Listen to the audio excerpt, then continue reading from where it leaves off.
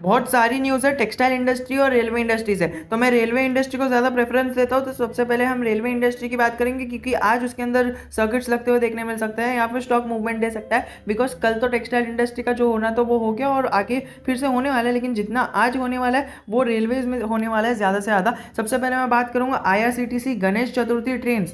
तो ये एक है कि IRCTC ये full fledged Ganesh Ganpati special train चलाने वाली है। उसको छोड़ो, आगे चलो। Indian railway plans to resume covid train as covid rate ebbs. ये भी बहुत अच्छी न्यूज़ है हमारे रेलवे सेक्टर के लिए। IRCTC, IRFC और इरकॉन के बारे में बात करने वाला हूँ। IRCTC का एक फुल्ली डेडिकेटेड वीडियो मैंने बनाया है, लेकिन आज हम बात करेंगे इरकॉन के बारे में, रेलटेल के बारे में और IRFC के बारे में। देख सकते हो आप, Indian railway six private sector feedback on station plan. तो यहाँ पर भारतीय रियलिटी, अदानी इंफ्रा और ये सब में इन्हें वो जो भी सजेशंस मिले हैं वो ये तीन स्टॉक्स आप ध्यान में रख लेना। IRFC जो अपना प्राइस बैंड तोड़ के ऊपर जाने की कगार पे है, और रेलटेल जो ऊपर जाएगा और इरकॉन ऊपर जाएगा। रेलटेल ने तो मूवमेंट दिखाई दी है, इसके लिए मैंने यहाँ पर ओपन करके रखा है। रेलटेल कॉर्प, इसने ऐसी मूवमेंट दिखाई, एकदम डाउनवर्ड मूवमेंट दिखाई है, और आगे क्या होता है वो भी आपको देखना होगा। अगर आप देखो थोड़ा सा और बढ़ो तो will Indian railways now have to pay compensation for delay of train. तो ये सुप्रीम कोर्ट की तरफ से जो भी मतलब आया है वो मतलब इतना इंपॉर्टेंट नहीं है। आगे बढ़ते हैं वो रेलवे सेक्टर के लिए। लेकिन अगर हम बात करें रेलटेल, रेलटेल की ऑर्डर बुक में 42.38 करोड़ का यहाँ पर इंडियन रेलवे की तरफ से एक उछाल आने मिला है, और देखने मिला है कि 42.38 की उसकी ऑर्डर बुक बढ़ चुकी है, जो एक रेलटेल के लिए अच्छी बात है। और ये न्यूज़ 12 घंटे पहले देखने मिली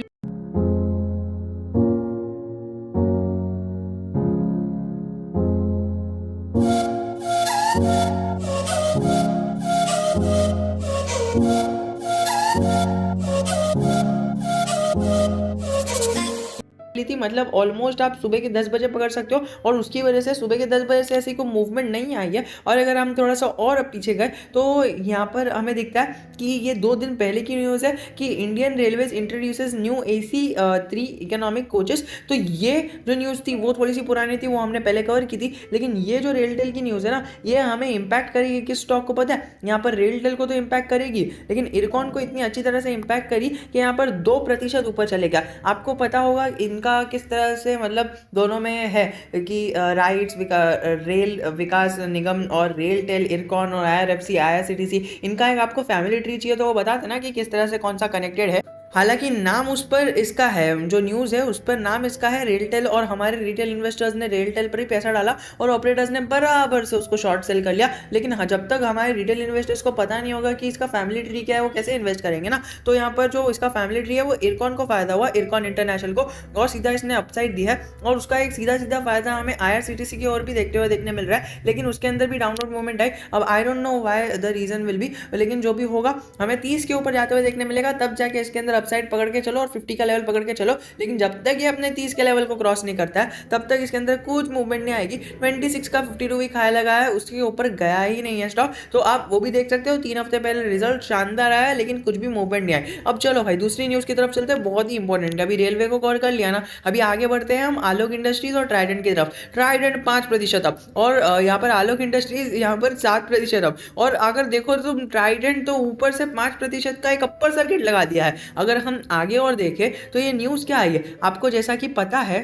कैबिनेट के PLI स्कीम में 10,680 करोड़ का जो PLI स्कीम है वो टेक्सटाइल इंडस्ट्री के फेवर में आया है, जो आने ही वाला था। हमें तो स्टार्टिंग में ही कई सारे इन्वेस्टर्स ने ना इधर स्टार्टिंग में ही बाय कर लिया और 6-7% का अपवर्ड मूवमेंट लेके चलेगा। ये आलोक इंडस्ट्रीज की बात है, पता है जिसने स्टार्टिंग में बाय किया था उसको 3% का अपसाइड, 5% का अपसाइड, और अगर जिसने इधर बाय किया था स्टार्टिंग में उसको इतने प्रतिशत का अपसाइड, 2 से 3% का अपसाइड। तो वो तो होना ही था, और मैंने अपने कम्युनिटी टैब में अगर आप देखो तो मैंने डाल ही दिया था। आप यहाँ पर रेगुलरली कम्युनिटी टैब को चेक किया करो, बहुत ही इंपॉर्टेंट अपडेट्स डालता रहता हूँ मैं कम्युनिटी टैब पे। तो ये छोड़ते हुए अगर हम बात करें 7% की अपसाइड, अभी आगे क्या करना होगा सबसे पहले मैं बताऊंगा आपको कि क्या फ्रेश एंट्री है, जरूर ले लो। लेकिन अगर आप 2 से 3 क्वार्टर वेट कर रहे हो तभी लो। 2 से 3 क्वार्टर मतलब क्या, 2 क्वार्टर मतलब 8 महीने, तो आप नहीं 6 महीने, तो आप इतना वेट कर सकते हो तो आप ले लो। 1 क्वार्टर मतलब 3 महीने होते हैं, तो अगर आप 2 क्वार्टर मतलब 6 महीने या फिर 9 महीने वेट कर सकते हो, आप जरूर की जरूर एंट्री ले सकते हो। बहुत ही अच्छा स्टॉक है आलोक इंडस्ट्रीज, और पीछे रिलायंस बाबा का हाथ है, तो तथास्तु बहुत ही अच्छा स्टॉक है।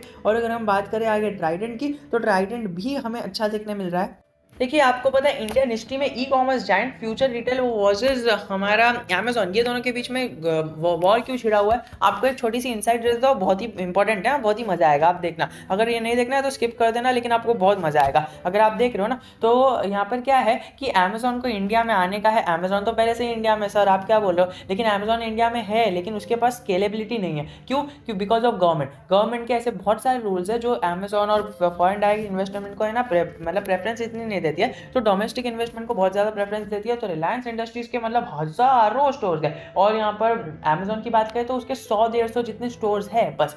अगर हम बात करें ना, तो अमेज़न आपको प्राइम डिलीवरी पे 1 दिन के अंदर डिलीवरी देता है, मतलब 1 दिन लगाता है डिलीवरी करने का। लेकिन अगर हम बात करें, अगर फ्यूचर रिटेल्स के असेट्स अगर रिलायंस इंडस्ट्रीज़ के पास आ गए, तो रिलायंस इंडस्ट्रीज़ आपको वो 2 घंटे में प्रोवाइड कर सकते हैं डिलीवरी। और अगर हम बात करें तो ये देख लो प्राइम वालों को, और अगर जनरली अमेज़न की बात करें तो अमेज़न 3 से 4 दिन लगा ही देता है, और वहीं अगर रिलायंस 2 घंटे में दे देगा तो अमेज़न का तो धंधा ठप हो जाएगा ना। इसके लिए फ्यूचर रिटेल और अमेज़न के बीच में झगड़ा पड़ा हुआ है। तो फिर आप देख सकते हो, फ्यूचर रिटेल की अगर डील बाय चांस, बोल रहा हूँ बाय चांस चले गई, तो मैंने इतनी भाषण आपको क्यों सुना है? ओनली बिकॉज मैंने आपको बता रहा हूँ कि आलोक इंडस्ट्रीज का majority of the stake Reliance के पास है। तो रिलायंस का सेकंड ऑप्शन होगा आलोक इंडस्ट्रीज, बहुत ही बड़ा ग्रो करने की सोचने वाले हैं, क्योंकि उनके पास प्लान जो अटके हुए हैं वो, अगर इन्होंने मतलब एक जनरल बयान भी दिया था एक जनरल इंटरव्यू में, कि अगर हमारे पास यहाँ पर फ्यूचर रिटेल में और थोड़ा टाइम लगता है तो हमारे पास जो भी इन्वेस्टमेंट है उसका कुछ पार्ट हम आलोक इंडस्ट्रीज में डाल के एक अच्छा खासा इन्वेस्टमेंट, मतलब कुछ एक्सपांशन, मतलब ऐसा कुछ डायरेक्टली नहीं कहा था, जितना सरलता से मैंने आपसे कह दिया कि आलोक इंडस्ट्रीज में करने वाले, बट वो थोड़ा सा आपको पता ही है कॉर्पोरेट वर्ल्ड में, मतलब ये बिजनेस वर्ल्ड में कितना घुमा फिरा के चीज़ कही जाती है। लेकिन जितना मुझे समझ में आया, मुझे इतना समझ में आया कि फ्यूचर रिटेल की डील अगर और थोड़ी लंबी बढ़ गई ना, तो रिलायंस अपना थोड़ा सा इन्वेस्टमेंट है यहाँ पर आलोक इंडस्ट्रीज को बेटर करने में करेगा, और बहुत ही इंपॉर्टेंट चीज़ होने वाली है। तो अगर आलोक इंडस्ट्रीज बेटर हो गया तो आपके शेयर में भी प्राइस में अफेक्ट होते हुए देखने मिलेगा। सो आई होप कि आपको सारी चीज़ें क्लियर हो गई होगी। ऐसे अपडेट चाहिए तो फिर यहाँ पर सब्सक्राइब कर देना, सब्सक्राइब नहीं भी करोगे तो कमेंट कर देना, बहुत ही इंपॉर्टेंट चीज़ है। कमेंट करना मतलब हमारी कमेंट सेक्शन ही सबसे मेन भगवान होता है। So we will be meeting in our next video. तब तक के लिए जय हिंद, जय भारत।